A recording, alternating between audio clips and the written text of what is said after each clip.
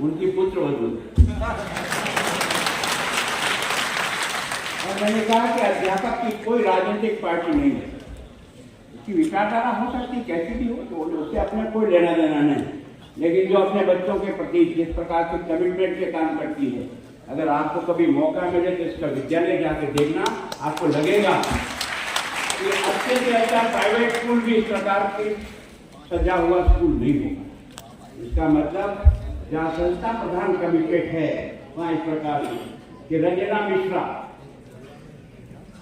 ये रंजना मिश्रा है, ये अपनी रेजिडेंसी में लगातार इसके बच्चे बड़ी संख्या में रेजिडेंसी से हमारे यहाँ सम्मानित होने के लिए आते हैं। रंजना जी आपको बहुत बहुत धन्यवाद। प्रकाश चंद्र जी अंदरानी, उधर देखो, ये सलूकर में टोड़ा में पढ़ाते हैं, इंटीरियर गांव में है, लेकिन इनके भी बच्चे बराबर हर साल हमारे यहाँ सम्मानित होने आ रहे हैं। उमेश महेश्वरी, इनके भी बच्चे बराबर हमारे यहाँ सम्मानित होने के लिए आते हैं।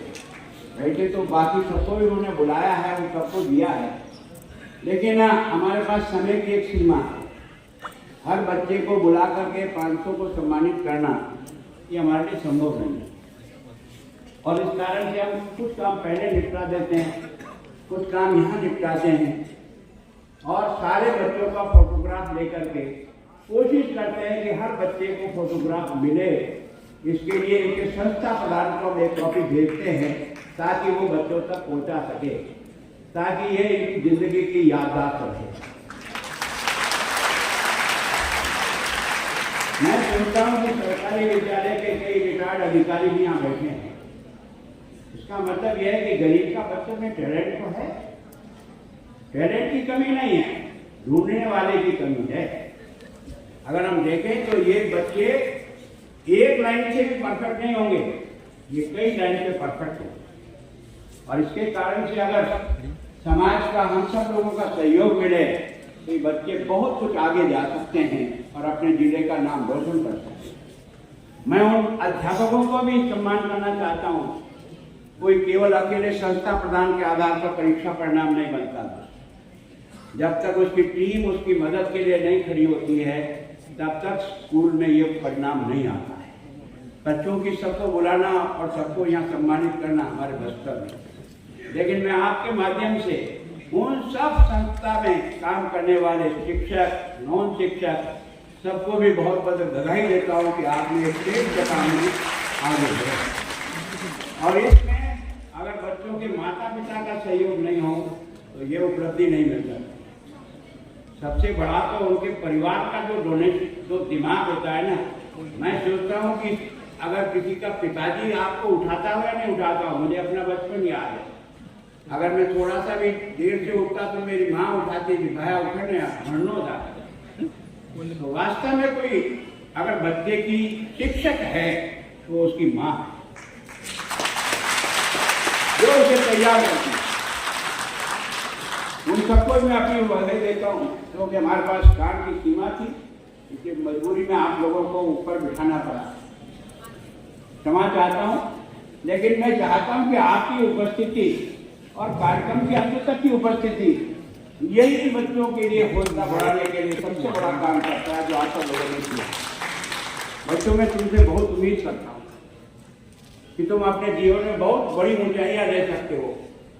आर्थिक संकट कभी जिंदगी में तकलीफ नहीं देता है अगर मन का निश्चय हो। असंभव को भी संभव करने की ताकत मनुष्य के इस मशीन में है, अगर इसका उपयोग करने का ठाना।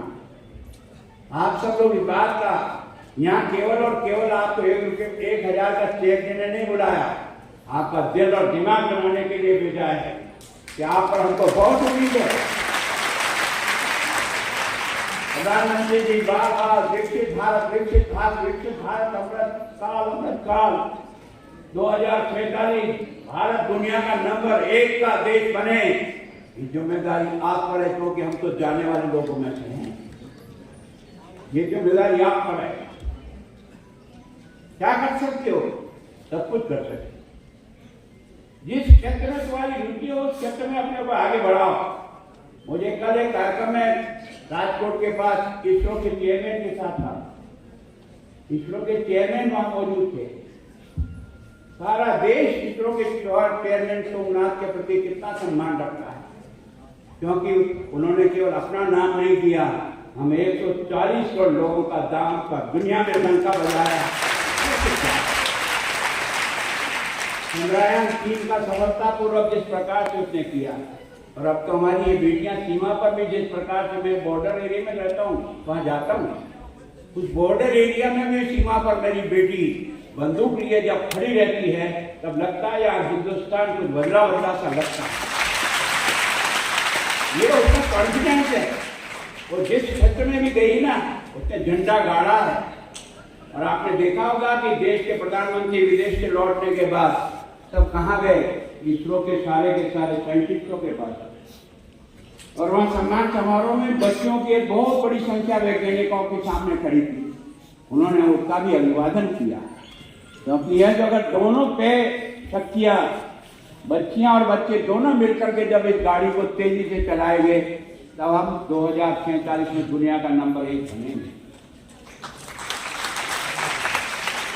अब तक हम 13-14 तक दुनिया की 11वीं श्रेणी कतार में आते थे आर्थिक दृष्टि से। अभी हमने पिछले साल सबको पीछे छोड़ते हुए अब हम 5वीं आर्थिक शक्ति बनकर के हिंदुस्तान खड़ा हुआ है। 5, और अभी हमने 5वें में छोड़ा, जिनको पीछे उस इंग्लैंड को छोड़ा जिसने 200 साल तक हमको गुलाम बनाया।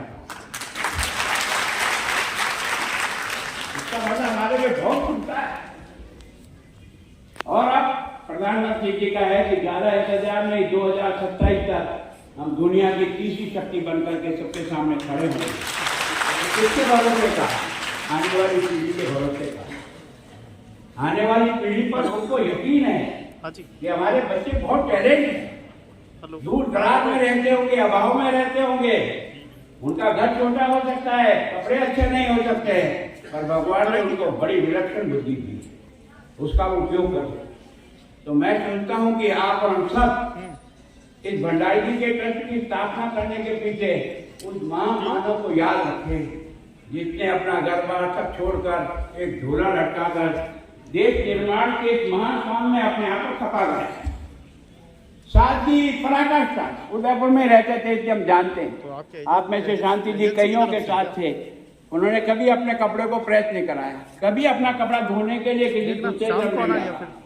जब वहां लोकसभा का चुनाव लड़ाया था तो रात को 1:30-2 बजे तो आते थे वो दौरा करके, और फिर उसके बाद बैठ करके कपड़े धोते थे।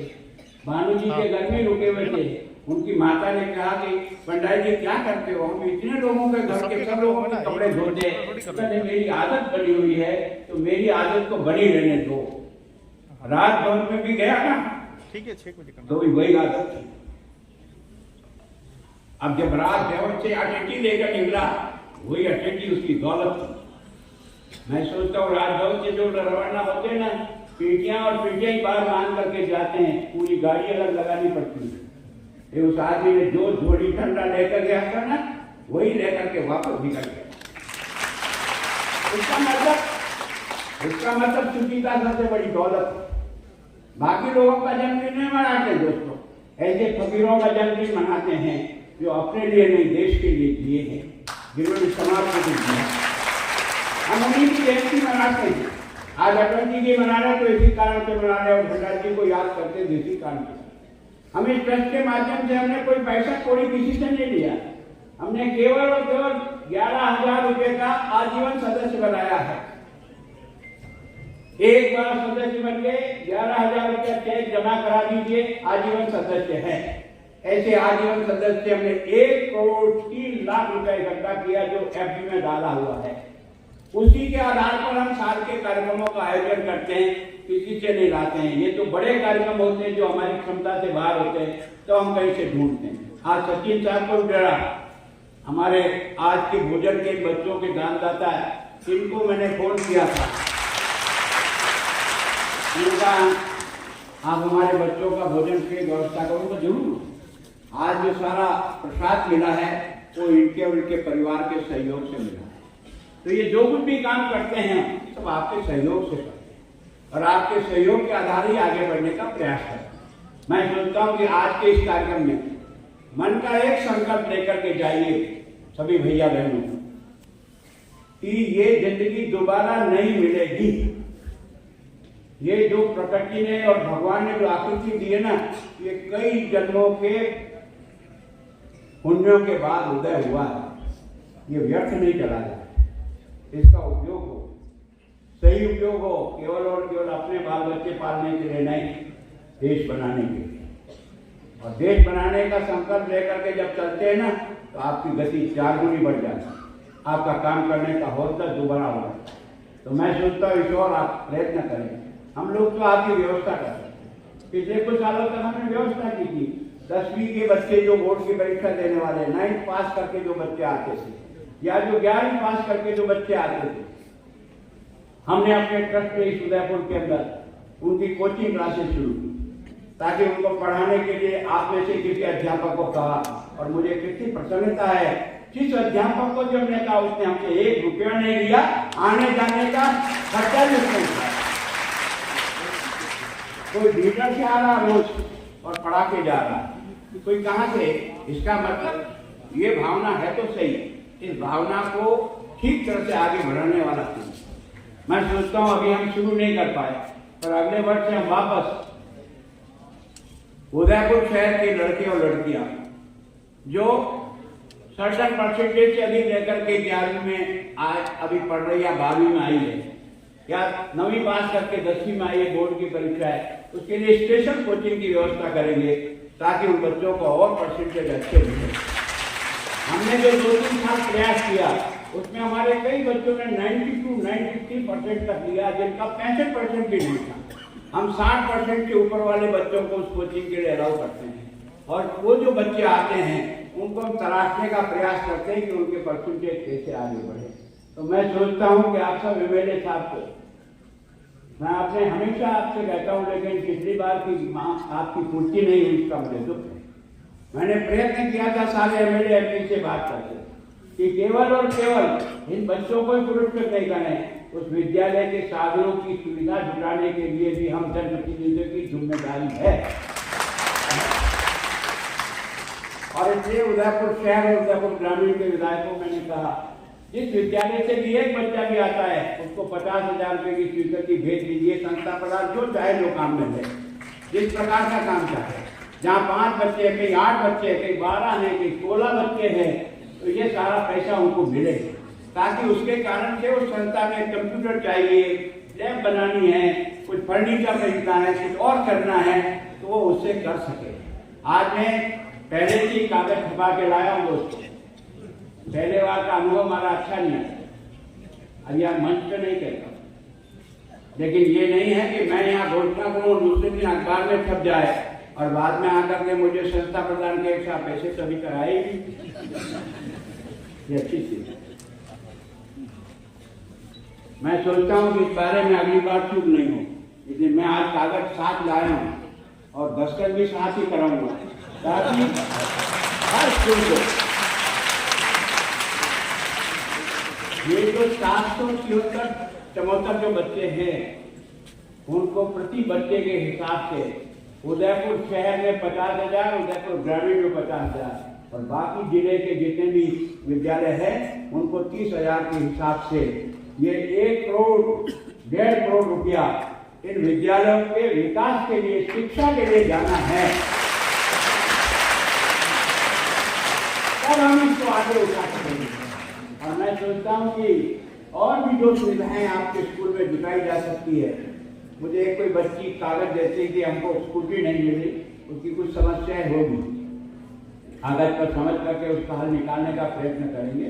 और भी किसी को भी अगर कहीं लगा कि मेरी कुछ अच्छी पढ़ाई होने की स्थिति है और मुझे कोई आर्थिक संकट आ रहा है, तो हमारे ट्रस्ट से कॉन्टेक्ट करें। हम किसी दानदाता को ढूंढ करके आपके साथ जोड़ लेंगे ताकि आपके आगे पढ़ाई अच्छी प्रकार से हो। चाहते यही है कि पढ़ाई का वातावरण अच्छा बने और पढ़ाई के साथ व्यक्ति के संस्कार नहीं बने तो पढ़ाई बेकार, कोई काम की नहीं।